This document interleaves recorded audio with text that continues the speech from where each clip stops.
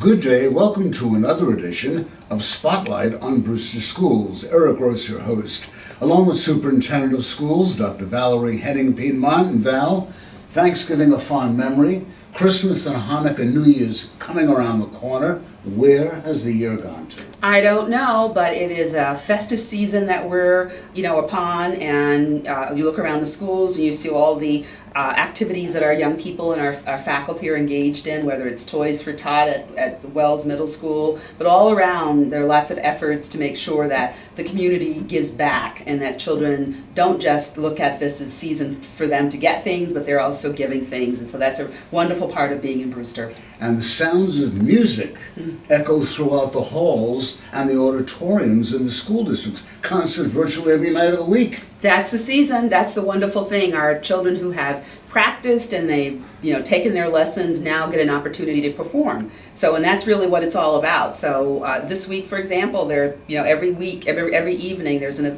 performance at the H.H. Wells Middle School. So it's a very exciting time, and we look forward to all those festivities, and it gets us in the spirit, Eric.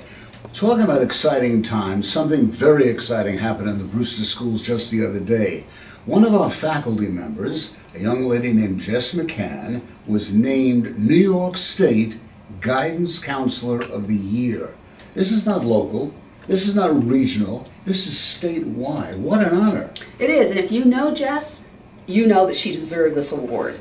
She works tirelessly. She is a major advocate and champion for all students. She works diligently along with the team there to ensure that students who are having difficulty, Eric, and some of our high school students have difficulty, and some of them are on the cusp sometimes of not being able to graduate, and so she has she wraps herself around those youngsters and she takes care of them. She works with them. She works with the team at the high school. She works with the families. So this award is well deserved, and Jess just is such a great asset for the high school as well as for the district, and we just adore her. Jess McCann stopped by. We wish her the very best and congratulations. Let's take a look-see. I feel really privileged. You say, why? Because this young lady, Jess McCann, a guidance counselor at Brewster High School, has just been named, get this now, New York State Guidance Counselor of the Year. Congratulations. Thank you so much. What does that mean to you? It's an incredible honor. There are a lot of talented counselors, not only in the district, but all across the state. So to be recognized amongst them is really quite an honor. How does one become nominated or selected for such a prestigious award? So there's a lengthy application process. You have to demonstrate that you build a program on data, and you have to sort of prove the efficacy of your program. You have to get nomination letters, and from that, they select one counselor. How has guidance counseling changed over the years as young people now have changed? More technology, more problems, this whole scourge of the drug epidemic. How does that affect you? How does that affect guidance? So what we've seen really in the past is guidance counselors in the past were really more sort of career focused, like they help students prepare for life after high school. And now the current school counselor is really someone who can help a student to find success in their lives in high school, academically, social, emotionally, planning for college and career, but it's really a much more sort of well-rounded profession instead of just the focus on college and career. What does your family think about this? They were really excited. They got to come up to Syracuse with me to accept the award. My 3 little daughters were excited to miss a day of school, and it was a lot of fun.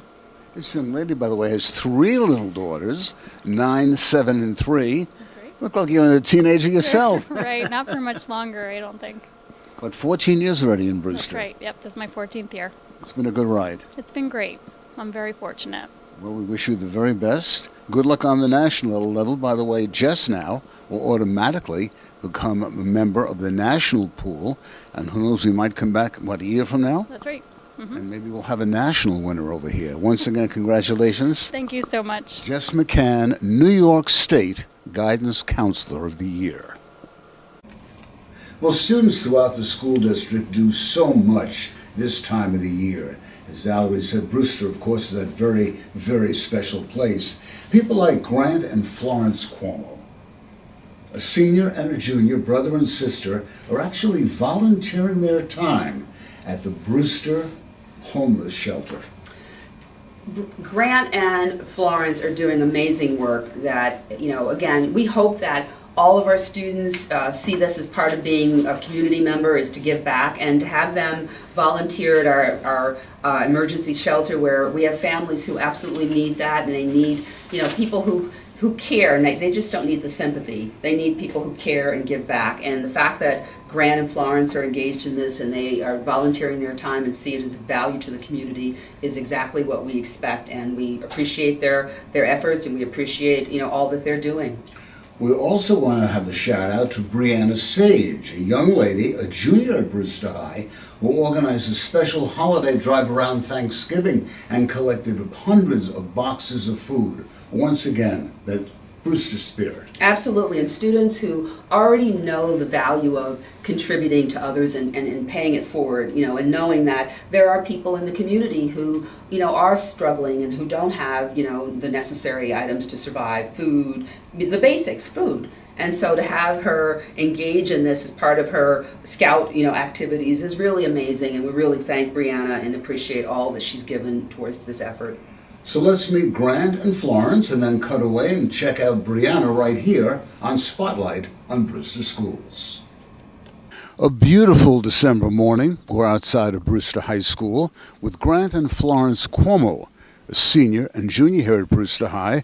Of course, Grant is well known for his wrestling prowess, state runner-up last year. This year, the state champ, though, huh?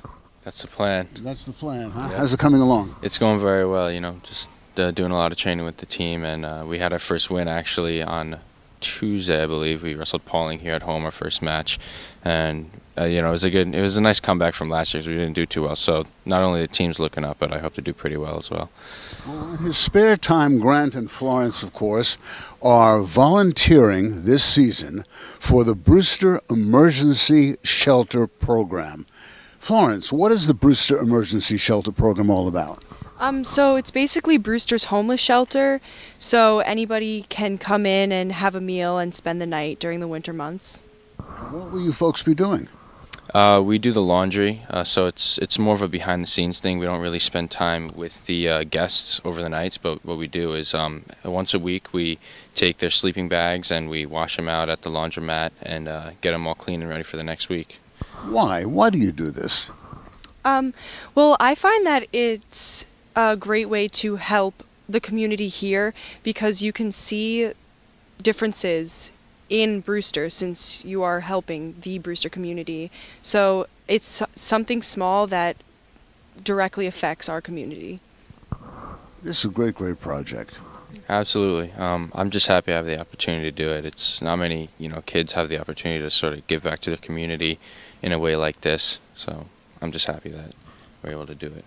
So some of the shining stars here, as we like to say at Brewster High, volunteering their time to make sure that the homeless have a safe environment, a clean environment in which to live. Congratulations, guys. Job well done. Thank you. Thank you. Grant and Florence Cuomo. And thank you. Well, Danielle Sullivan, the assistant principal at Brewster High, is with us today with a very special young lady. Danielle, there are some exceptional students in the Brewster School District. This gal here, a junior by the name of Bree Sage, is a Girl Scout Gold honoree. And why don't you tell our viewers about this great project that you've conceived, put together, so that people at Thanksgiving will have a wholesome meal. So during the Thanksgiving time, it's a very special time of year. So I thought that since Thanksgiving is very special to me, I thought that other families should feel like they feel special too during their time. And I collected so far 400 canned and boxed goods for Thanksgiving, which we donated to Putnam Cap. And I also worked with Salem Hills Nursing Home to help them feel like that Thanksgiving is awesome for residents at the nursing home. So I did different arts and crafts with them to relate to the Thanksgiving season. And they had a blast and had a fun time. And at the end, we all had a dinner that had to do with Thanksgiving, and I explained what the meaning of Thanksgiving is, and I showed them all the food that we collected together, because I also left the boxes there, and their families also contributed to donating boxes and canned goods, so it was a fun time. Exceptional young lady. I agree. I could not be more proud of this young lady. Her leadership skills, her civic responsibility, and just the genuine goodwill of giving back to the community is remarkable. And I'm so proud that she's a student here at Brewster High School. And what's so special too, Danielle, and for our viewers out there, in addition to this project, Bree is working with younger scouts, teaching them as well. Yes, I am. I wanted them to understand that being a Girl Scout is also important, because when you start being a Girl Scout and get older, sometimes it's rough and you feel like you're not having fun. But I want them to see that there's more to Girl Scouts, more opportunities, like earning your gold award or your bronze or your silver, which I have done too. And it's just a fun time being a Girl Scout, and I want other girls to understand that. What's the future of Bree? Next year, Brewster High. After that, where are you going? I have no idea. Right now I'm looking at colleges, college visits, and yeah, I'm excited. So, got one more year here. Don't want it to end yet, but... She's going to be a proud representative of the Brewster schools. Absolutely. Any college or university will be extremely fortunate to have her. Bree, congratulations. Thank you so much. Thank Bree you. Say is one of the shining stars at Brewster High. Valerie and I will be right back. There have been many highlights in the Brewster schools this past school year. At the midway point already, it doesn't seem possible. But on a Friday night, a couple of nights ago, they had the first Festival of Cultures.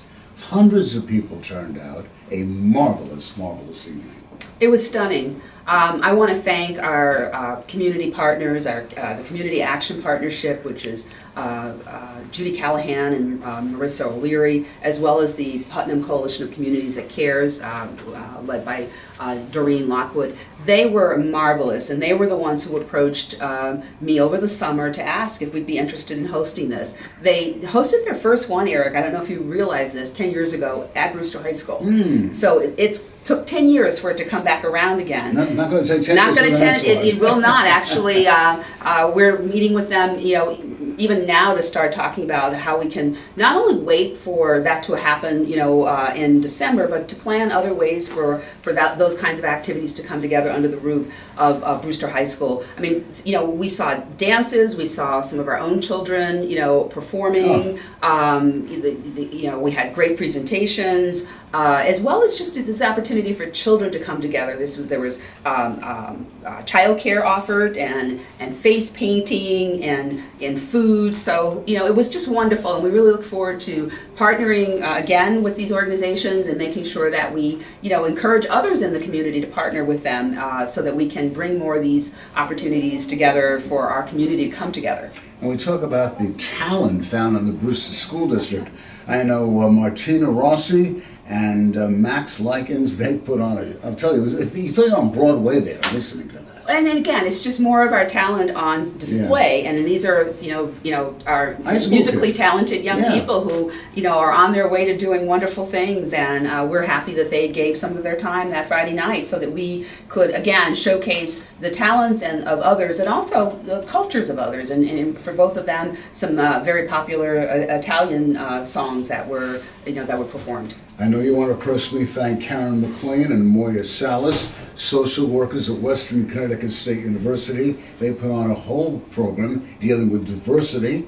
Of course, there was Doreen Lockwood and Mariana Duenas at the Provincial Council of Putnam and Catholic Charities. And of course, our own Henrietta Lodge and Karen Dakin, who were part of the planning of this, and it takes people who are committed to this whole idea that the Brewster community has lots of cultural assets, and that the best way for us to get to know those is to host something like this, where we have people showcasing parts of their culture and their language and their traditions and customs, and so that was really exciting to see, and I'm so happy that we had the turnout that we did. Another event coming up on that took place on the 21st, the Strategic Coherence Skills Learning Walk. What was all that about? Well, as you know, we have a strategic coherence Yes. plan that emphasizes 5 critical skills, Yep. and that's critical thinking, communication and collaboration, adaptability, perseverance, and civic responsibility. Right. So we've been working with a team of committed educators and board members to define these skills, and this year our commitment is to making sure that we are looking at ways in which our educators are integrating these skills into their classroom instruction, into curriculum, into assessment, into their learning environment. So this group of educators, there are about 46 of us, who visited all 4 buildings. So each team, there are about eight teams that visited various classrooms to see examples of it. Now, we weren't there to grade them. We were there just to see. So how does it look, as students are learning to think critically, or learning to persevere, or learning to be adaptive, and they're very, very important skills for our children in this century. And we were, obviously very excited to have that opportunity. It's the first time that we've run something like that or offered that, and we hope to do it again. And so our next phase is to actually look at all that data that we've all collected and just be able to give that feedback to the schools to say, you know what, this is what we noticed, and not as a way to indicate, that someone's not doing something the right way, but as a way to say, this is where we are right now, and perhaps let's do this again and learn more and just continue to embed these skills more deeply in service to our students. Another walkthrough coming up on the 11th of this month, December, is the grand opening, the ribbon cutting of JFK. Going to be a special night. As our public knows, our taxpayers, through their generosity, that school, every square inch of that was renovated. So that was about $20 million of the $38 million bond that was passed by our public and our taxpayers. And the last part of that, was the construction or the reconstruction of our auditorium. So we held out on the ribbon cutting because we wanted to make sure that we had a new auditorium that we could also put on display when we organized the ribbon cutting. So that's going to be very exciting. Make sure you're there Monday, December 11th. Take about a half hour to an hour. Ribbon cutting, a tour of the building. It's wonderful. And our board meeting is going to take place there in the auditorium. So that's how we're going to kind of, open up the auditorium, is to have our board meeting there and have a ribbon cutting and have a tour of the building before the board meeting. So it's pretty exciting. Good. December 11th, 6 o'clock. Absolutely. Okay, super. The Brewster High School administration and some of the gendarmes in Putnam County got together the other day. If you were driving by Brewster High School, a couple of weeks ago, saw all the police cars out front, they were having a lockdown drill. And this, very unfortunately, in the times that we live in, is a necessity. And the police came in, there were dogs that were there, state police, sheriff's deputies, and they reassessed the whole situation. We were there for the reassessment, we were there for the drill, something, again, you have to have. We have to, and Brewster takes safety very seriously, which is why we have the drills, and we spend that kind of time making sure that people who have to come together during those unfortunate times have met together prior to those incidents. So the people who are there, get to see each other, they get to talk to each other, they develop a relationship with each other. We had Lex, come back. Lex was at the school before when Deputy Kresge was out on a training session. We had a substitute SRO there, and the substitute actually had Lex, who was actually one of the dogs that's part of the enforcement program. So Lex was back, and and our staff gets a chance to see that whole experience as well as our children, and they. To the extent possible, they don't feel nervous, right. But they feel a sense of being prepared, and as much as one can be prepared for a situation like that. So we're very happy, and I want to give thanks to our Sergeant Zabo, who's our new this year, who's the supervisor of our SRO program, who we work very closely with, as well as Deputy Kresge and Deputy Nooner and Deputy Supa at JFK. So we're very happy to have our SRO program, and again, we are very grateful to have the opportunity to have drills so that we can learn from those things and do things better. Let's go back and check out the drill and the conversation following right here. Brewster's late superintendent of schools, Dr. Mark Lewis, was often quoted as saying, "My SRO is like my American Express card. I would never leave home without it." And here in the Brewster School District, we have 3 SROs, or School Resource Officers. With us today, Sergeant Michael Zabel, who heads up the SRO program, Deputy Matt Kresge, who's the SRO here at Brewster High. We have the administrators of the Brewster High School, Nikki Haller and Nicole Sullivan. Welcome to the program. Mike, let's start with you. SROs, a very important facet in education, not only in Brewster, throughout Putnam County, throughout New York State. Absolutely. I mean, we think that, it's always nice to have a police officer and a child be on the same page and have that connection. I think the kids relate to cops on a positive note here, and hopefully we can, build their future, be a part of building their future with the school districts. It's kind of a neat way, at the same time while providing safety and security to the school. How is it being an SRO at a high school the size of Brewster? Over 1,000 students, kids today, all kinds of different problems going on. It's a lot different than being out on the road. There is a bit of a learning curve to it because you're not just a police officer. You're a counselor. You're somebody that these kids may be looking to when they don't feel they could go to the administration or guidance counselor. So you're almost a separate person. The nice part is you're not part of the school, but you're still part of the school, if that makes any sense. So you're here more as an addition to the administration to not only help them, but the students as well. And Nick and Danielle, what does it mean to you to have an officer in the school 24 hours a day, 7 days a week? For us, there's a fair amount of safety issues that it's great to have Matt here.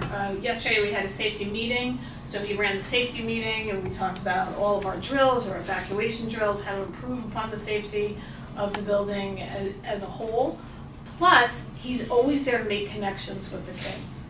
So our SRO will specifically push into certain classes. Whatever he feels comfortable doing, he works closely with the life skills students on safety and security, and there is always a student in his office. When he's not working with myself and Danielle on discipline and safety around the building, he is with students one-on-one. And sometimes they just want to reach out to him and he counsels them, which is a great thing. Danielle, what would you like to add? Just to echo everything Mrs. Horler just said, I think having an SRO in the building is invaluable. Not only the educational outreach that he provides for our students, but also how he helps the administration and the teachers, just in terms of safety components, educational outreach for us as well. He provides us with a lot of knowledge as to things that are going on with students, outside of the school building that are invaluable for us and help us a tremendous amount. So I think that having an SRO in the building, we are extremely fortunate. The other day there was a lockdown drill here in Brewster High School where there were members of the state police, members of the sheriff's department, canine walked through the school as well. What's the purpose of that then, Mike? Well, we've had in the past schools request canines come through and check to see if there's contraband that we need to address. We don't want any problems in our school, get it before it becomes a problem. The schools are also required to do drills, just like fire drills. And we kind of threw around the idea of how can we get more out of those drills and putting them all together. So we put together a model like as if it were really happening, where our administration would come out and work with us at a command post. That way we can get everybody used to working together, working through a problem, of getting kids in and out of lockdown, and how to manage that situation. God forbid it was a real situation. And from the student's point of view, having an officer in the school, dogs in the school, they're not as fearful by having these drills. So if God forbid something major happened, the children will know, like we did in the elementary schools years ago with fire drills. Correct. Get out quickly. Absolutely. And this drill, it helped us in a lot of ways. But one of the ways is when we normally do a drill, a lockdown drill or a lockout drill, it takes 5 minutes. This took approximately an hour, which gave them a longer sense of time, you know, how long these occurrences would actually take, because they could take up to 6, 7, 8 hours. Sure. So an hour was a good amount of time to say, oh, I have to be in my classroom, and then for us to reflect on it and say, oh, if this is a real situation, what are the things that we need to put in place in those classrooms to keep the kids safe going forward? Matt, what reaction did you get from the students after the drill was over? A lot of them didn't realize how confining they were going to feel after being huddled in a corner with the lights off, not being able to use their phone, not being able to be instructed by a teacher, not being able to use the bathroom, things like that. So they realized that it's not just 5 minutes, huddle in a corner, okay guys, roll over, and they go back to it. They realized that if this actually were to happen, they're going to be there for a while. So it was a wake-up call for them. The teachers as well. The teachers in the classroom as well, we heard from them. What about you, Danielle? Did you hear any feedback after the drill? We know you were out there with your walkie-talkie with the dogs. There are pictures of that. Yes, positive feedback. It was definitely a learning experience for everyone, and that's the feedback in general. I learned a lot from this drill. And, you know, I can speak personally that working with the law enforcement personnel that we were able to work with, I learned a tremendous amount about building safety, logistics, just operational procedures in general, and just how important the model that we utilized is in keeping everyone safe. And so I would definitely say that this is a necessary, worthwhile drill to conduct. Mike, I guess that's the bottom line, keeping kids safe. And the SRO program has been a tremendous success in the Brewster schools, the only district in the county with 3 SROs, and throughout the county in general. We hope it lasts for many years to come. Absolutely. I thought, I've told the superintendents before and the principals I got to meet before we started the school year this year, is that I thought the sheriff's office had a lot to offer, more than just a warm body in a uniform in the school. And I think by working together with the state police or whatever police agency is in that particular jurisdiction, because a real incident, it would be humongous. And us working together with the administration, it was I don't want to say an eye-opener because we expected certain things to happen, but it was nice that everybody has a base to refer back to if something really did happen. And the SROs, the sheriff's department, the state police, the local police, all friends of the school system. Yeah, it's a wonderful partnership. It really Yeah. has. I mean, this year in particular, for whatever reason, it could be Mike, coming in a couple times, and we've had the dogs come in a couple times, and it gives you a sense of calmness, I guess, and it's not so off-putting Yeah. to see police or dogs in the building. So it's a great way to be. We also want to give a shout out to Deputy Mike Nooner, who's the SRO at the middle school in CV Star, and Deputy Brian Suba, who's the SRO at the JFK school. So congratulations, guys. Keep up the good work. SRO program, an integral part of the Brewster School District. Thank you to our panel this morning. Valerie and I will be right back. One program that involves many, many young people throughout Putnam County, not only the Brewster schools, is the Putnam Youth Court, where children actually adjudicate cases, minor cases, nuisance cases, but they actually mete out sentences to those found guilty of a quote-unquote crime. The 30th anniversary of that youth court was held the other night. 31 young people from throughout the county, 3 from Brewster. You want to commend them?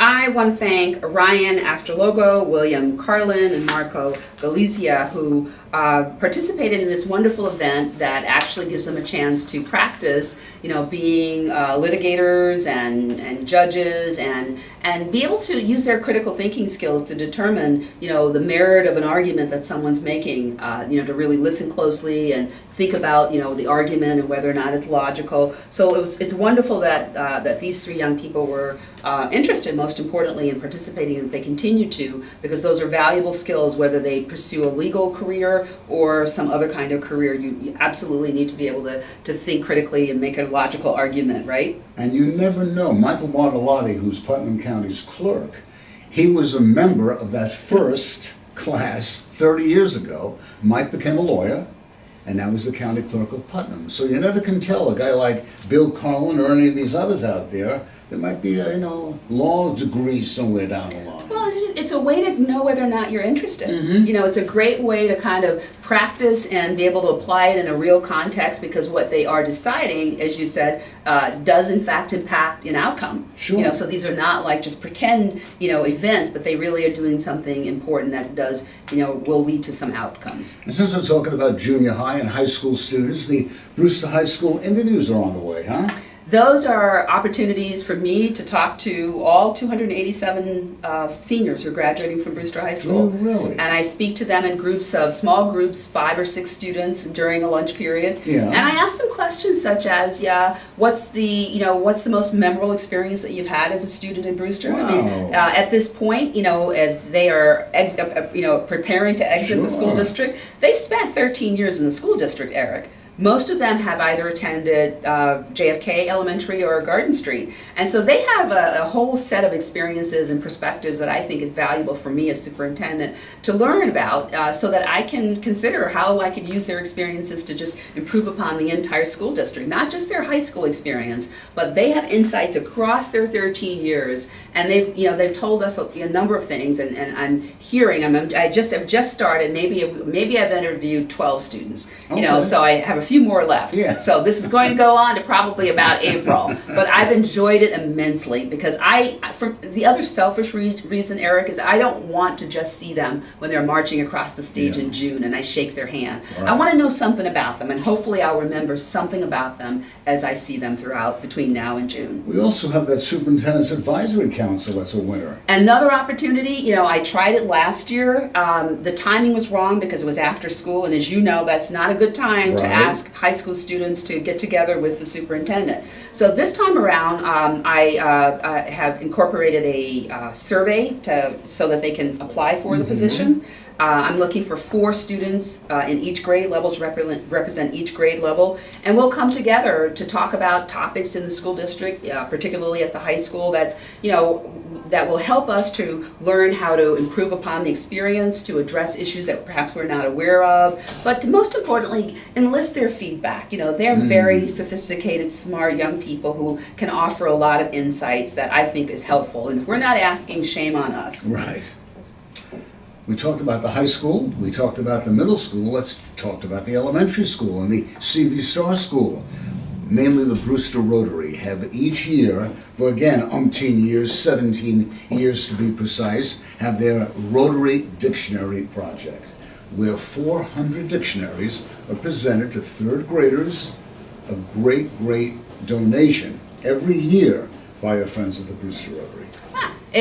We're grateful for the opportunity for children to have that resource. As you know, we're in a one-to-one technology, one-to-one Chromebook environment at the secondary level, and that's going to be pushed down to the CV Star level. But children will always need a resource to be able to to help them with their writing, and it certainly supports the Teachers College Reading Writing Workshop Project, which is definitely about needing to to write and communicate your ideas more clearly. So having a dictionary as a resource in their collection, whether it's at school or at home, is a welcomed item that's going to support our children.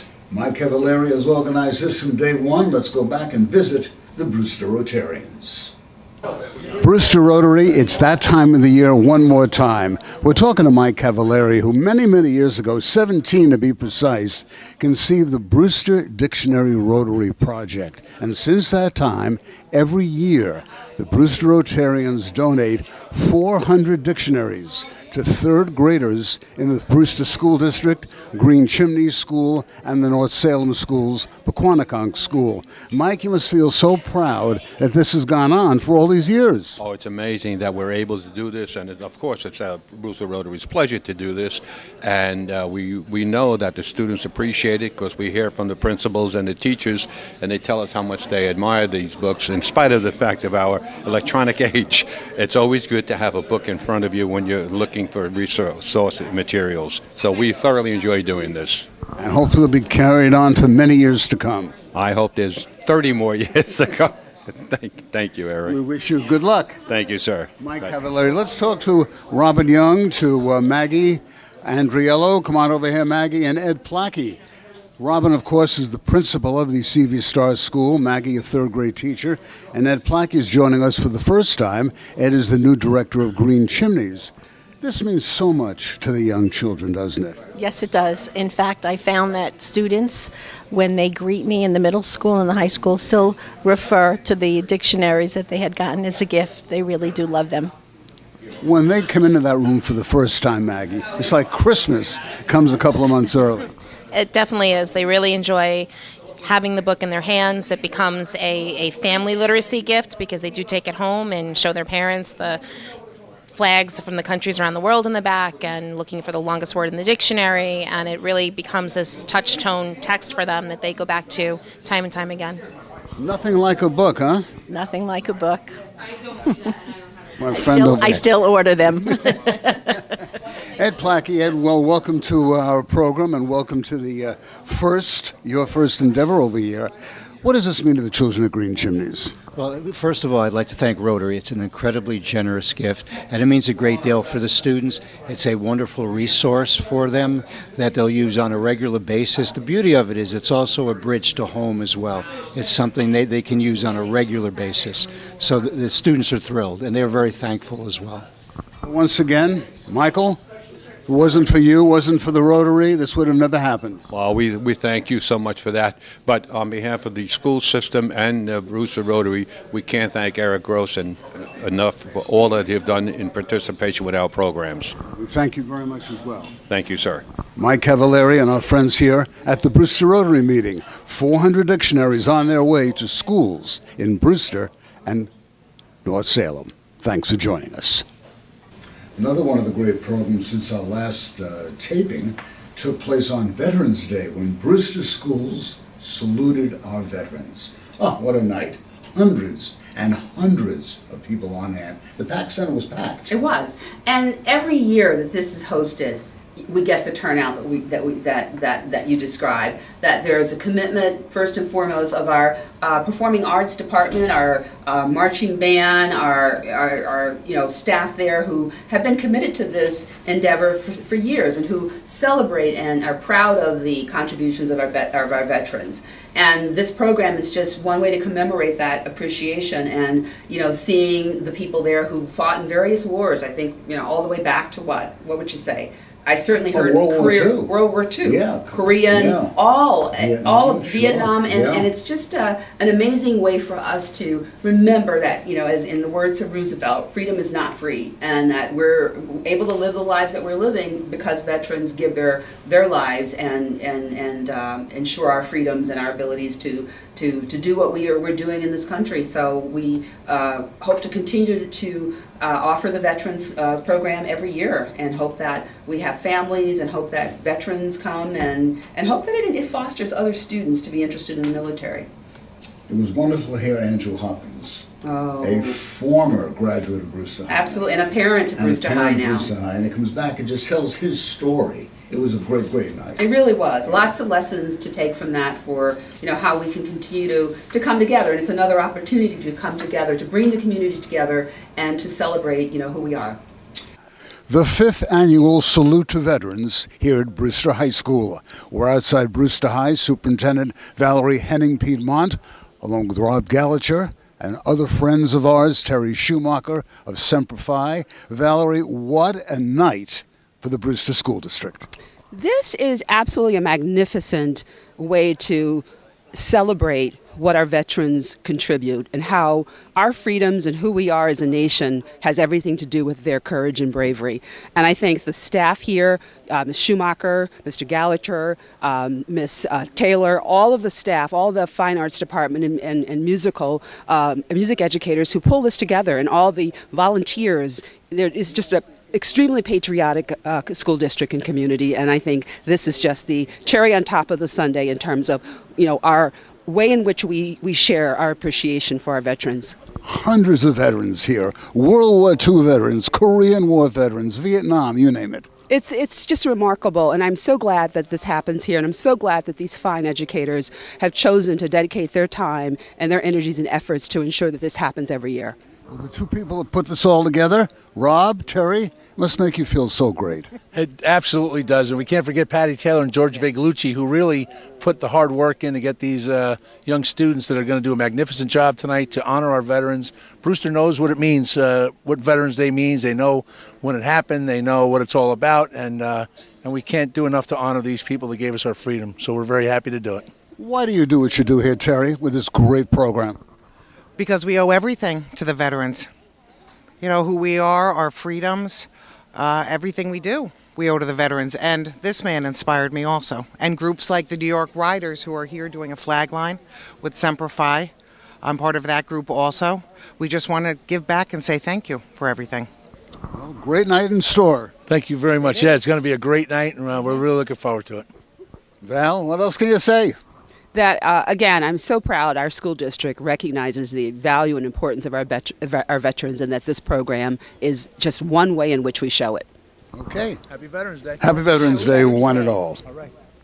What's this mental health newsletter that's debuting in the Brewster schools? Well, it is a very important program that emerged from a few years ago through the work of a task force, a mental health task force. And as you know, we, like other districts, are looking at ways to help children who increasingly are,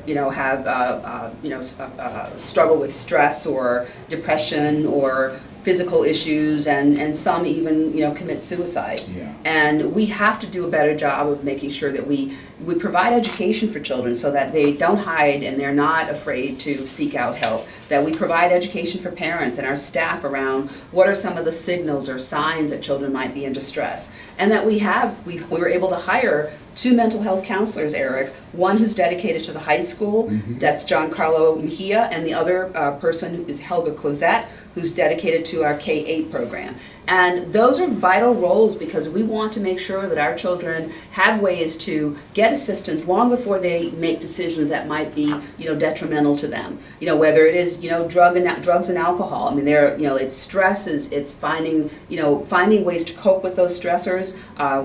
We also, through this program, we're able to communicate to our communities through this mental health newsletter to other important mental health programs that we have brought in. One is called COPE and one's called Ruler. And these are mental health programs or educational programs for children so that they are not, it isn't just a matter of going to someone to get help, but it's also being able to regulate and to identify what some of the things that are happening to you, and then be able to do certain things that can cause you to make a different choice about what you do. And if a parent has some concern, who do they contact? They contact the, in the newsletter, we have the email address Okay. and the phone number for Ms. Closette and Mr. Mejia. They can always call the school counseling department, which has a host of very dedicated school counselors. We have psychologists and social workers. They can also call the building administrator if they don't know who to speak to. But that newsletter will be disseminated quarterly. And the purpose is to educate our students, our faculty, our parents, and to make them aware of the resources that are available, and then to make sure that mental health is not something that people are ashamed to talk about. And never be afraid. And never be afraid. So Right. we are just very grateful that we have this Good. opportunity to build this program and make it available to our children and families. Okay, so we're going to wrap up the show today. The Brewster's Got Talent competition is underway. The big gala takes place on January 19th at Brewster High. Some of the greatest talent you've ever seen. Frankie, does some kibitzing also on that show. Does he? Well, there are a lot of talented people in the district. Yeah, I'll tell you, they really are. And this is a wonderful opportunity for the Brewster Education Foundation to increase its fundraising, because all of those funds that are raised go back to the schools. That's right. They go back to finance grants that teachers can, teachers and anyone in our school district, students can as well, propose a grant for a certain initiative, whether it is a field trip somewhere, or to bring a speaker in, or to get some resources for a classroom or a program. So I encourage our community to please come out on January 19th to support Brewster's Got Talent, because all of those proceeds come back and they further our efforts toward educating our children and giving them access to as much as we can. $1.5 million in grants. Is that amazing? It is amazing, and we so appreciate their efforts Oh, they're great. and what they're doing. That was the first one in New York State. Brewster Education Foundation years ago. Well, it does wonderful things for the school district, Yeah. and we appreciate everything that they do on our behalf. January 19th, be there or be square, as they say. Absolutely, bring your Okay. talents. Okay. So for Superintendent of Schools, Dr. Valerie Henning, P. Monheim, Eric Rust, we thank you so much for joining us for this jam-packed edition of Spotlight on Brewster Schools. Frankie, we thank you for your able assistance. Until next time, have yourselves a good one. Bye-bye now. Bye-bye now.